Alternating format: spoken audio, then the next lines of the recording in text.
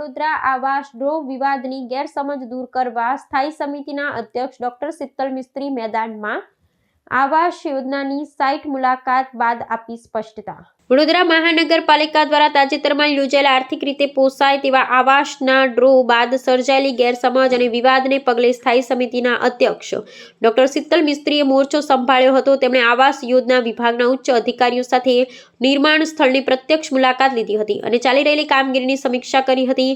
ત્યારબાદ યોજાયેલ પત્રકાર પરિષદમાં તેમણે લાભાર્થીઓનું શંકાઓનું સમાધાન કરવાનો પ્રયાસ કર્યો હતો અને વાસ્તવિક સ્થિતિથી માધ્યમોને અવગત કર્યા હતા। ડોક્ટર મિસ્ત્રીએ સ્પષ્ટતા કરતા જણાવ્યું હતું કે ડ્રો પ્રક્રિયા એ આવાસ ફાળવણીને માત્ર પ્રાથમિક તબક્કો છે જે લાભાર્થીને મકાન મળવાની નિશ્ચિતતા આપે છે।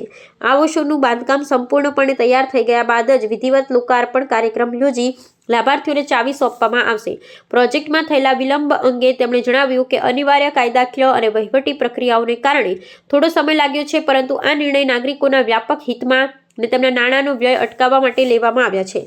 સ્થાયી સમિતિ અધ્યક્ષે ખાતરી આપી હતી કે કોર્પોરેશન નાગરિકોને સુવિધા આપવા કટિબદ્ધ છે અને સ્થળ મુલાકાત દરમિયાન તેમણે બાંધકામની પ્રગતિ અંગે સંતોષ વ્યક્ત કર્યો હતો। તંત્ર દ્વારા આપવામાં આવેલી આ સત્તાવાર સ્પષ્ટતાનો હેતુ નાગરિકોમાં વિશ્વાસ પુનઃ સ્થાપિત કરવાનો અને ડ્રો થયા પછી મકાનોના અસ્તિત્વ કે કબજા અંગે પ્રવર્તી અફવાઓને વિરામ આપવાનો છે। તેમણે લાભાર્થીઓને ધીરજ રાખવા અને તંત્ર પર ભરોસો રાખવા અનુરોધ કર્યો હતો।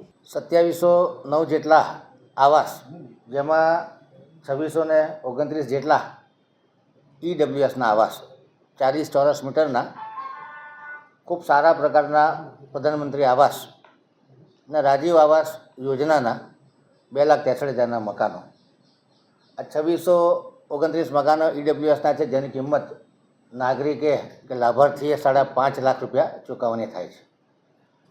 આ 2709 મકાનનો કોમ્પ્યુટરાઇઝ ડ્રો 11 ડિસેમ્બરે દીનદયાલ ઉપાધ્યાય ઓડિટોરિયમ ખાતે કરવામાં આવ્યો। તમામ પ્રકારના આક્ષેપો અને કન્ફ્યુઝન થઈ રહ્યા છે કે આ ડ્રો કર્યો અને લોકોના મકાન રેડી નથી, પરંતુ હું સ્પષ્ટતા કરવા માગીશ કે ડ્રો એ આ સ્કીમનો પ્રાથમિક ભાગ છે। એક આવા સ્કીમ હોય, માનો એમાં 100 મકાન બનતા હોય અને 500 લોકોએ એપ્લાય કર્યું, તો ડ્રો કરી અને કયા 100 લોકોને મકાન લાગ્યું એ માટેનું પ્રાથમિક પ્રોસેસ છે। ડ્રો કર્યા બાદ લાભાર્થી કેટલો ફાળો, કયા લાભાર્થીએ ફાળો ચૂકવવાનો, એને કબજા પાવતી આપવાની, એના નામનું મીટર ઉતારવાનું, આ બધી પ્રોસેસ કરવાની હોય છે। દરેક મકાન, ઈડબ્લ્યુએસનું મકાન 5.5 લાખ રૂપિયા લાભાર્થીએ ચૂકવવાના હોય, 1.5 લાખ રૂપિયા ગવર્મેન્ટ ઓફ ઇન્ડિયાનો ફાળો આવે, 1.5 લાખ રૂપિયા ગવર્મેન્ટ ઓફ ગુજરાતનો ફાળો આવે, અને સૌથી મોટી વાત કે જ્યારે ટેન્ડર ઊંચા ભાવના આવતા હોય ત્યારે 5.5 લાખની ઉપર કોર્પોરેશન દ્વારા એમને 28,000થી 2,70,000 સુધીનો વધારાનો ફાળો આપવાનો હતો, જે આ બોર્ડની સ્થાયી સમિતિએ આ વધારો કેન્સલ કરી અને 31 કરોડ રૂપિયાનું ભારણ કોર્પોરેશને પોતે વેઠ્યું છે।